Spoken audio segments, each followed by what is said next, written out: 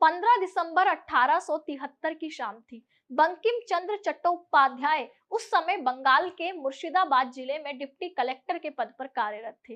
उस दिन जब वे अपनी पालकी में घर लौट रहे थे, तब पालकी रास्ता भटक कर एक ऐसे मैदान से निकलने लगी जहां अंग्रेज सैनिक क्रिकेट खेल रहे थे।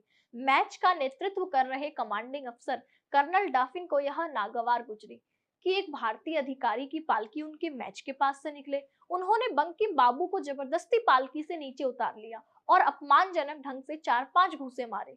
यह घटना तब और भी अधिक अपमानजनक बन गई जब कई अंग्रेज और भारतीयों की आंखों के सामने एक उच्च भारतीय अधिकारी का इस तरह अपमान हुआ। अगले ही दिन 16 दिसंबर 1873 को बंकिम चंद्र ने कर्नल डफिन के खिलाफ कोर्ट में शिकायत दर्ज करवाई। कई गवाह पीछे हट गए, लेकिन राजा योगेंद्र नारायण राय और कुछ अन्य उनके साथ मजबूती से खड़े रहे। 12 जनवरी 1874 को मामले की अंतिम सुनवाई में जज बंकिम चंद्र से केस वापस लेने की गुजारिश करी।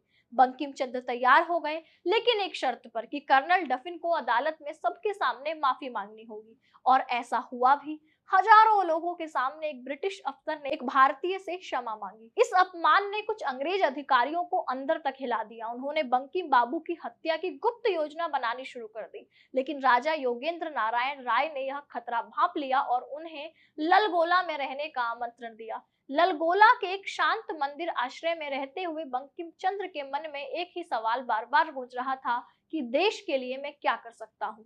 उत्तर बना वंदे मातरम।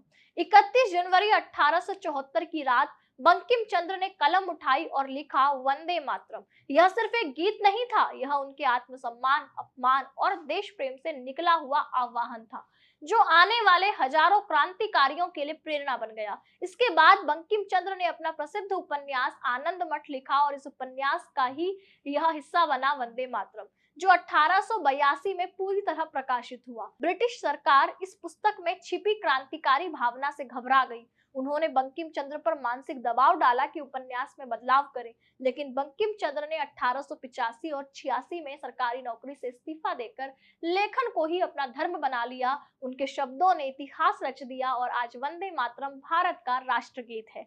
हर बार जब यह गीत गाया जाता है तो यह केवल एक गीत नहीं होता, यह भारत की स्वतंत्रता की गाथा, वीरों की पुकार और जन जागरण की चिंगारी बनकर दिलों को झकझोर देता है। वंदे मातरम सिर्फ शब्द नहीं है, एक भावना है। यह उस क्रांति की नींव है जिसने पूरे भारत को एक स्वर में बांध दिया। आपको कमेंट सेक्शन में बताना है कि हमारा राष्ट्रगान कौन सा है और उसको लिखा किसने।